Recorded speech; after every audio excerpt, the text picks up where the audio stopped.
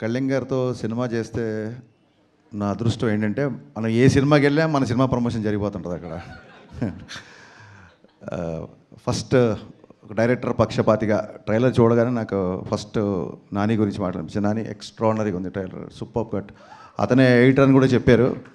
So ఇంకేముంది, సవ్యసాచి ఒక director come editor అవుతే సినిమా డబల్ కమ్ ఎయిట్ ఇంకేముంది అంతకంటే. అండ్ ఇందాక చెప్పినట్టు పొలిమేర ఫంక్షన్కి వెళ్ళాను నేను, కామాక్షి అండ్ అనిల్ గారు అప్పుడు పొలిమేర ఫంక్షన్కి వెళ్ళాను. అది పొలిమేర 2 అయింది, 3, 4, 5 కూడా అవ్వచ్చు తెలియదు. అలాగే బీమ్స్ ధమాకా ఫంక్షన్కి వెళ్ళాను నేను. So the rest is history. Naresh గారితో అండ్ మా విజయ్ నాంది. సో అలాగే అదే ఆ రకంగానే చిట్టూరు సీన్ గారికి, పవన్ గారికి కూడా అదే సెంటిమెంట్ వర్కౌట్ అవ్వాలని మనస్ఫూర్తిగా నమ్ముతూ ఈ సినిమా పొలిమేరలు దాటి ధమాకా సౌండ్ ఇవ్వాలని మనస్ఫూర్తిగా కోరుకుంటున్నా. చాలా మా విజయ్ చెప్పినట్టు చాలాసేపు మాట్లాడారు అందరూ. డైరెక్టర్ గారు ఆఫ్కోర్స్ ఫస్ట్ సినిమా ఎమోషన్ ఆయన, కామాక్షి గారు చాలాసేపు మాట్లాడారు, అలాగే మా డైరెక్టర్ గారు. నా ఆశ్చర్యం ఏంటంటే వీళ్ళందరూ కలిసి 2 గంటల సినిమా ఎలా తీశారని. So that is going to be the biggest surprise అని నా ఫీలింగ్. I'm waiting for that surprise. And Ramesh Reddy గారు ఎక్స్ట్రానరీగా ఉందండి మీ విజువల్స్, సూపర్. అండ్ మీరు చాలా ఫాస్ట్ అని చెప్పారు నరేష్ గారు. That is the need of an hour actually. So మీ ఇద్దరి గురించి మాట్లాడాలి, బట్ మీ ఇద్దరి గురించి అందరి గురించి మీరే మాట్లాడారు. మళ్ళీ మీ ఇద్దరి గురించి నేను మాట్లాడే వెంటనే హర్ష అండ్ జీవన్. చాలా టైం అయిపోయింది యాక్చువల్గా. చిట్టూరు సీన్ గారి గురించి చాలా మాట్లాడాలి నేను. మేబీ సక్సెస్ మీట్కి మళ్ళీ అప్పుడు ఆయన గురించి చెప్తాను నేను, చిట్టూరు సీన్ గారి గురించి డెఫినెట్గా. నరేష్ గారి గురించి ఖచ్చితంగా మాట్లాడాలి. నేను ఈవీ గారి సినిమాలు చూసిన తర్వాతే నేను సినిమా రైటర్ అవ్వాలనుకున్నాను. అక్కడి నుంచి నా జర్నీ స్టార్ట్ అయింది.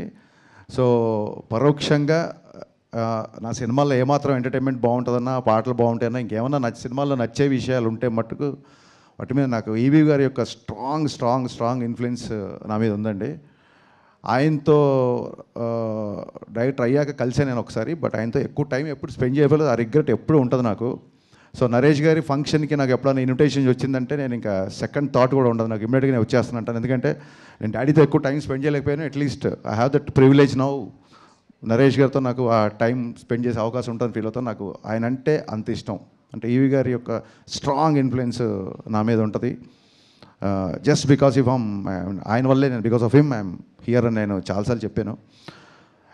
నేను కంటిన్యూగా ఇంతమంది కొత్త డైరెక్టర్లు అని అన్నప్పుడు నేనే ఇంకా లెక్క అడుగుదామనే టైంకి విజయ్ చెప్పాడు 35 మంది డైరెక్టర్లు అంటే.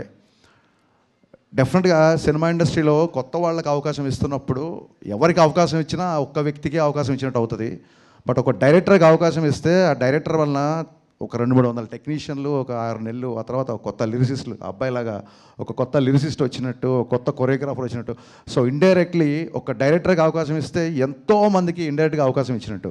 సో మీరే లెక్కేసుకోండి, 35 ఇంటూ కొన్ని వందల మందికి మీరు ఒక అవకాశం ఇచ్చారు sir. It's not a joke, it's a great thing నాకు తెలిసి.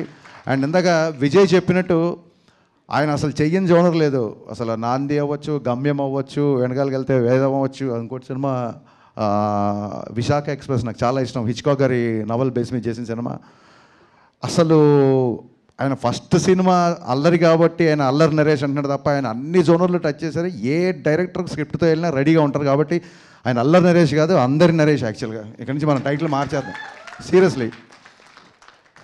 ఎందుకంటే నాకు ఎంత ప్రౌడ్ ఫీలింగ్ వచ్చిందంటే రాగానే జనరల్గా నా ఆడియో ఫంక్షన్స్, నా ప్రీ-రిలీజ్ ఈవెంట్లు జరిగినప్పుడు మా విజయ్ ఆ ఏవీలు చూసుకోవడం, ప్రోమోలు కట్ చేసి నాకు చూపించడం, మిగతాయి చేయడం, ఈ పనులలో ఉండేవాడు.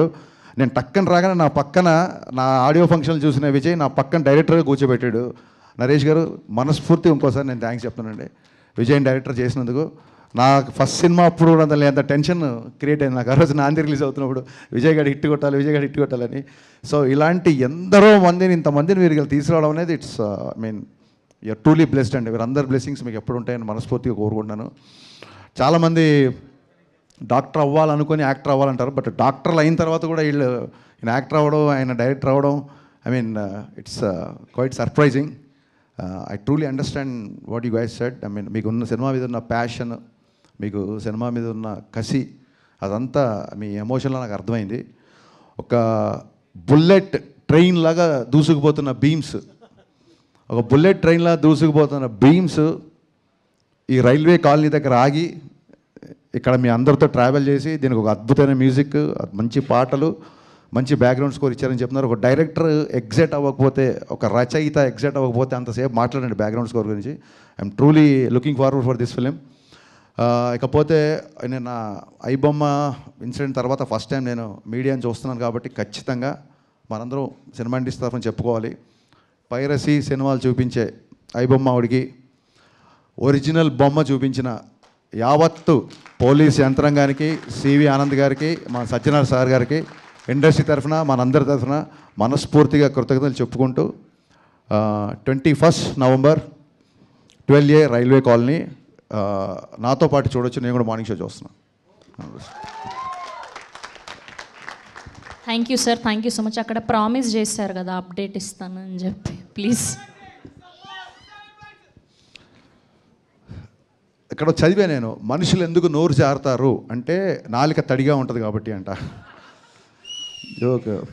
సో రాగానే జీవన్ క్వశ్చన్ తప్పించుకుందామని ఇస్తానులే అప్డేట్ అన్నాను. నేను మర్చిపోలేదు, బట్ మర్చిపోదాం అనుకున్నాను, బట్ వాళ్ళు మర్చిపోలేదు. యా, ఉస్తాద్ భగత్ సింగ్ సాంగ్ డిసెంబర్లో ఉంటుంది. సాంగ్ డిసెంబర్లో రిలీజ్ చేస్తున్నాం. డేట్ అనేది కన్ఫర్మ్ చేసి చెప్తాను. Thank you.